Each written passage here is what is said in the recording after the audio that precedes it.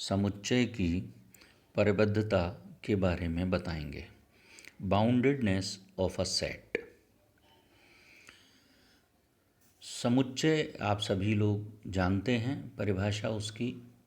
एक समुच्चय में यदि अवयवों की संख्या परिमित होती है तो उस समुच्चय को हम परिमित समुच्चय कहते हैं, तथा समुच्चय में अवयवों की संख्या अगर अनंत होती है तो उसे हम अपरिमित समुच्चय कहते हैं।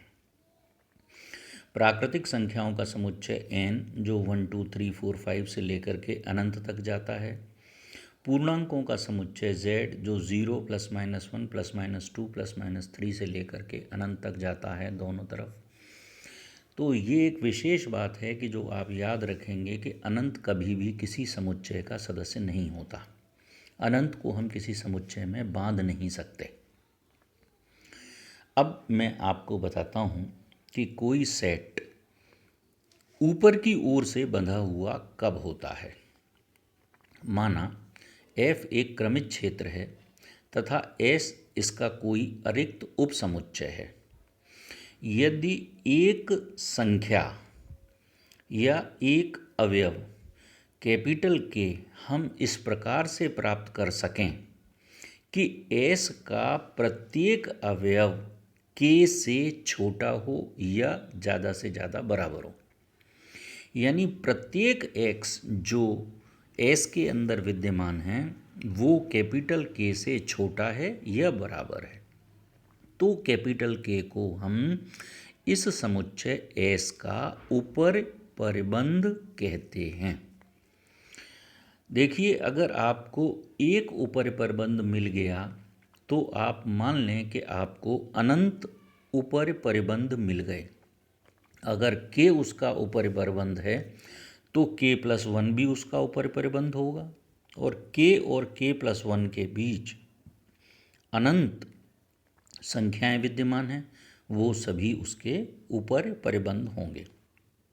इसी प्रकार से यदि हम निम्न परिबंध की बात करें तो निम्न परिबंध के अंदर हमको एक ऐसी संख्या प्राप्त हो।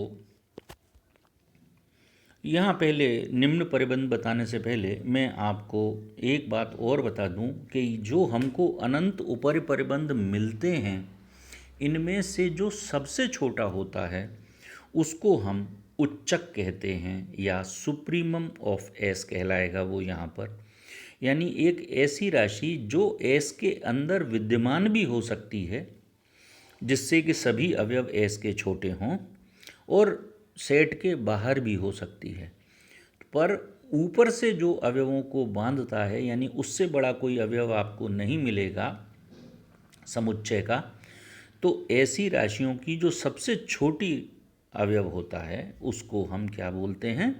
उच्चक। मैं अभी आपको कुछ उदाहरणों से बताता हूँ। जैसे n है, n बराबर 1 2 3 4 5 6 एंड सो ऑन। एक से प्रत्येक अवयव या तो बड़ा है या एटमोस्ट एक अवयव बराबर है, इसलिए एक इसका लोअर बाउंड है, और लोअर बाउंड के साथ साथ यह इन्फीमम भी है, निम्नक है। जैसे उच्चक की परिभाषा दी है इसी तरह से मैं आपको इसका निम्नक भी बताऊंगा, पर उच्चक का पहले एक और उदाहरण ले लें। मान लीजिए मेरा एक सेट है S जिसके अवयव -1 -2 -3 -4 एंड सो ऑन हैं। आप जानते हैं -1 यहाँ सबसे बड़ा है और -1 सेट में विद्यमान है, इसलिए -1 इस सेट S का उच्चक होगा। अब मैं आपको निम्नक के बारे में बताता हूँ। एक राशि, वही पुरानी डेफिनेशन, माना f कोई क्रमित क्षेत्र है तथा S इसका कोई अरिक्त उपसमुच्चय है। कोई अवयव स्मॉल के जो f के अंदर है S का निम्न परिबंध कहलाता है यदि S का प्रत्येक अवयव इस स्मॉल k से सदैव बड़ा हो या एटमोस्ट बराबर हो। तो प्रत्येक x इज ग्रेटर देन और equals to k for every x belongs to S। मान लीजिए मेरे पास एक अपरिमित समुच्चय 2 3 4 इसमें एक सबसे छोटी संख्या समुच्चय के अंदर -2 विद्यमान है, इसलिए -2 इसका लोअर बाउंड भी है। लोअर बाउंड्स में से एक बात याद रखेंगे, जिस प्रकार से एक लोअर बाउंड मिल गया तो हमको अनंत लोअर बाउंड्स मिल जाते हैं। उनमें से जो सबसे बड़ा होता है उसको कहते हैं हम ग्रेटेस्ट लोअर बाउंड, यानी कि निम्नक। तो निम्नक इस समुच्चय में -2 है। ठीक है, तो निम्नक और उच्चक ये आपको पता लग गए। ग्रेटेस्ट लोअर बाउंड होता है और लीस्ट अपर बाउंड होता है। लीस्ट अपर बाउंड उच्चक कहलाता है और ग्रेटेस्ट लोअर बाउंड निम्नक कहलाता है। अब सेट मान लीजिए आपको एक दे दिया 1/n, जहाँ n कोई नेचुरल नंबर है, तो ये सेट क्या बनेगा? ये सेट बनेगा 1, 1/2, 1/3, 1/4, 1/5, 1/6 एंड सो ऑन। आप देख रहे हैं कि इसमें सबसे बड़ी राशि क्या है? 1। उसके बाद सारी संख्या छोटी दर छोटी होती चली जा रही हैं। तो यहाँ पर बहुत इम्पोर्टेंट बात यह है कि क्योंकि 1 से सभी राशियाँ छोटी हैं तो 1 इसका अपर बाउंड हो गया। 1 अपर बाउंड है तो 2 भी अपर बाउंड होगा, और 1, 2, 3 ये सब होंगे। इनके बीच की भी अनंत संख्याएं होती हैं, ये सब इसके अपर बाउंड्स होंगे। तो उनमें से जो सबसे छोटा है, लीस्ट, वो कौन सा है? 1। और 1 सेट में मौजूद है, तो यहाँ उच्चक सेट एस में विद्यमान है। अब बात करें आप इसके निम्नक की। ये जो सेट है 1, 1/2, 1/3, 1/4 से लेकर के 1/n, एक कहीं 1/1000, 1/1,00,000, 1/1 करोड़, चलते चले जाओ, ये तो अनंत है, कभी ख़त्म ही नहीं होगा। पर आप देख रहे हैं कि संख्या छोटी दर छोटी, छोटी दर छोटी, छोटी दर छोटी हो जा रही है। तो प्रत्येक संख्या 0 से तो बड़ी होगी, और यहाँ ये कन्फर्म है 0 हमें कब प्राप्त होगा? जब n का मान अनंत होगा। और n क्योंकि सेट का मेंबर होता नहीं, n मतलब इन्फिनिटी, इन्फिनिटी किसी भी समुच्चय का सदस्य नहीं होता, इसलिए हमको 0 कभी भी प्राप्त नहीं होगा। किंतु 0 से इस समुच्चय की सभी संख्याएं बड़ी हैं। तो 0 अगर इसका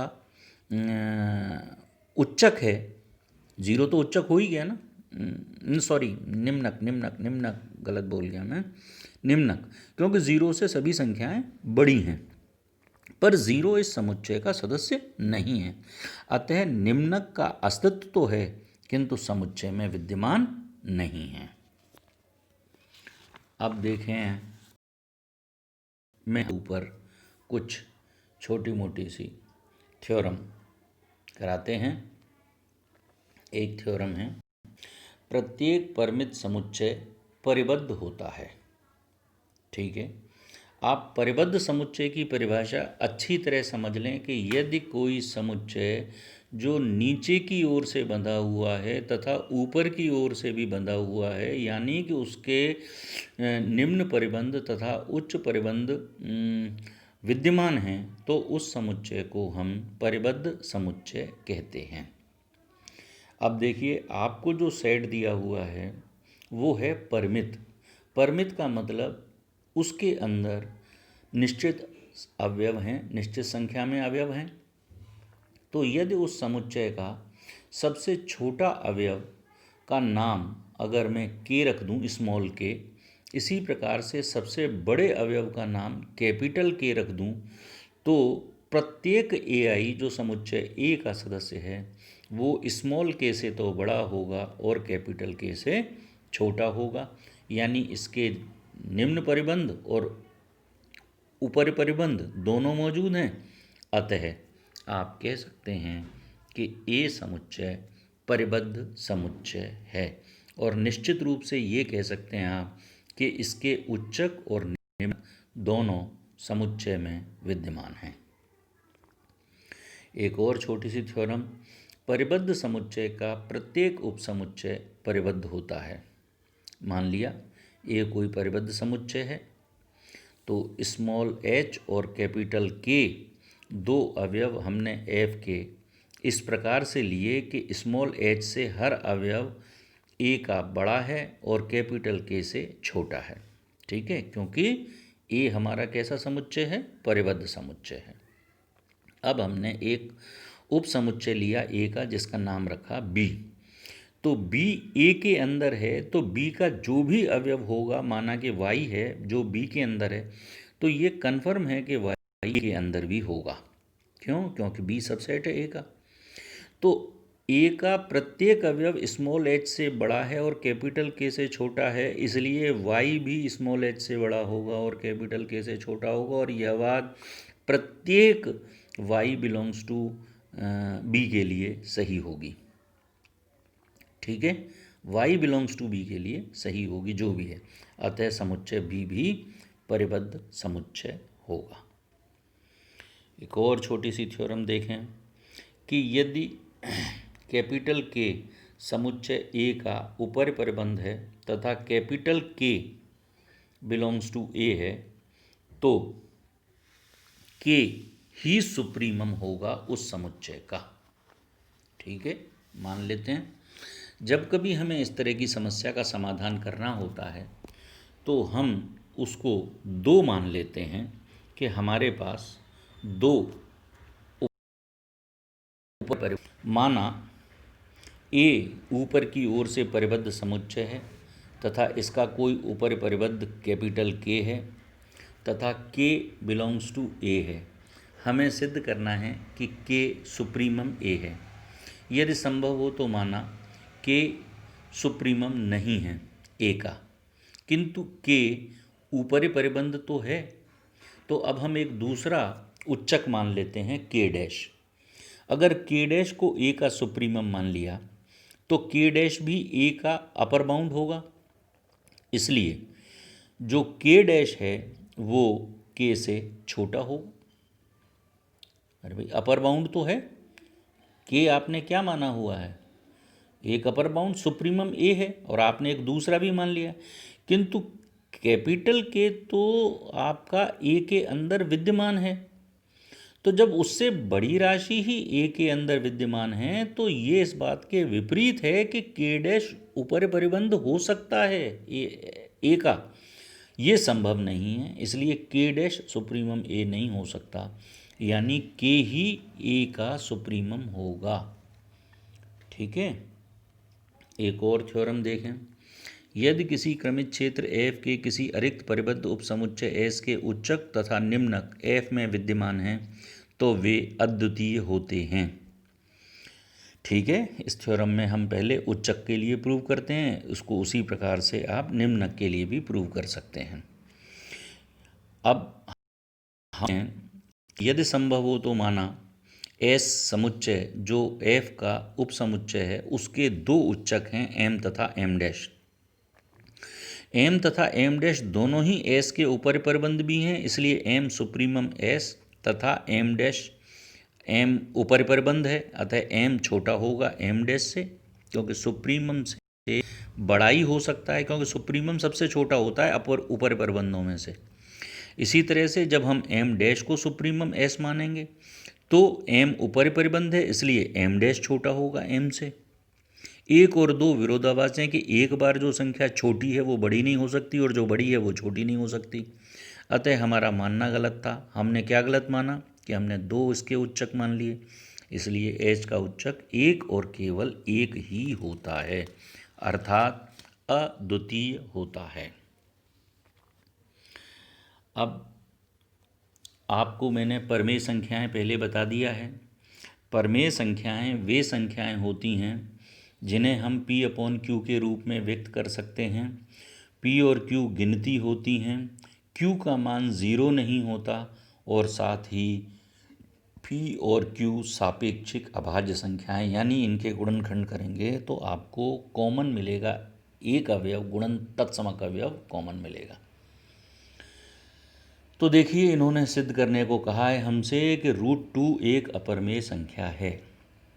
इसको सिद्ध करने के लिए हम इसको मान लेते हैं कि नहीं भाई, ये अपरमेय नहीं परमेय संख्या है। अगर √2 को परमेय संख्या मानेंगे तो √2 P अपॉन Q के रूप में एक्सप्रेस हो जाएगा। दोनों तरफ वर्क कर देंगे तो 2 बराबर P square upon Q square हो जाएगा। तो यहाँ पर हम ये कह सकते हैं कि P स्क्वायर अपॉन Q यहाँ दो बातें कर सकते हो आप। आपके सामने लिखा हुआ है पी स्क्वायर अपॉन क्यू बराबर 2q, पूर्णांक लिखा हुआ है।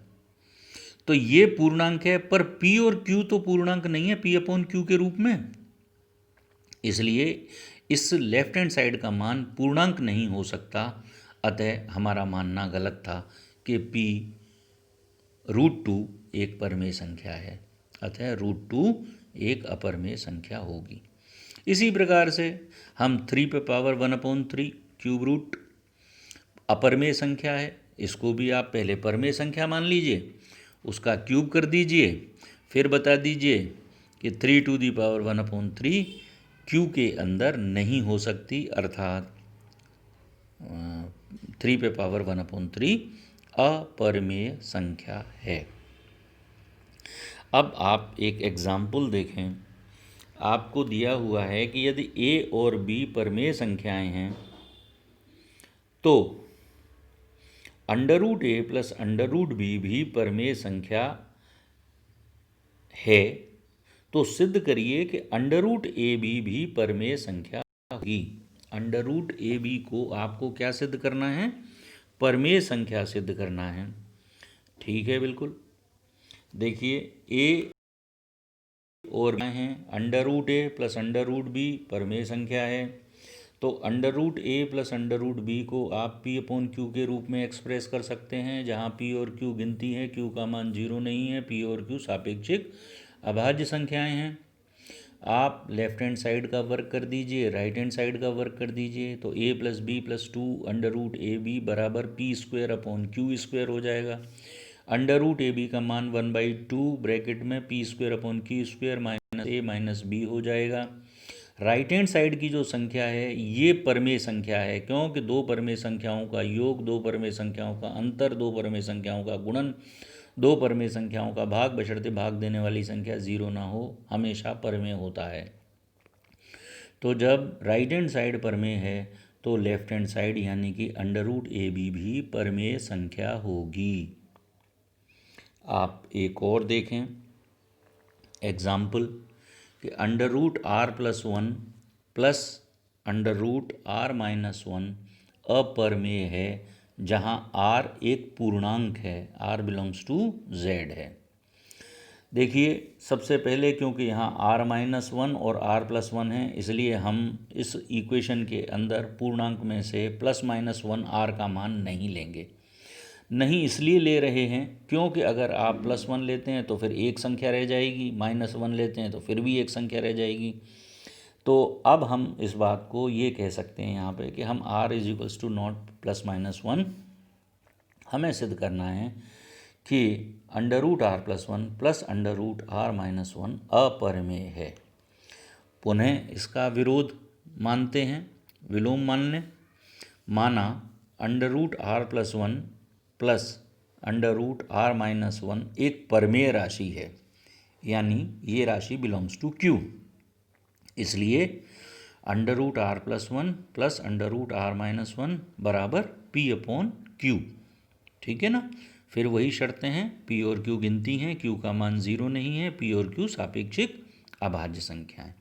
अब दोनों साइड का वर्क कर दीजिए, तो r+1 plus r-1 plus 2 times √r² - 1 बराबर p² अपॉन q² हो जाएगा।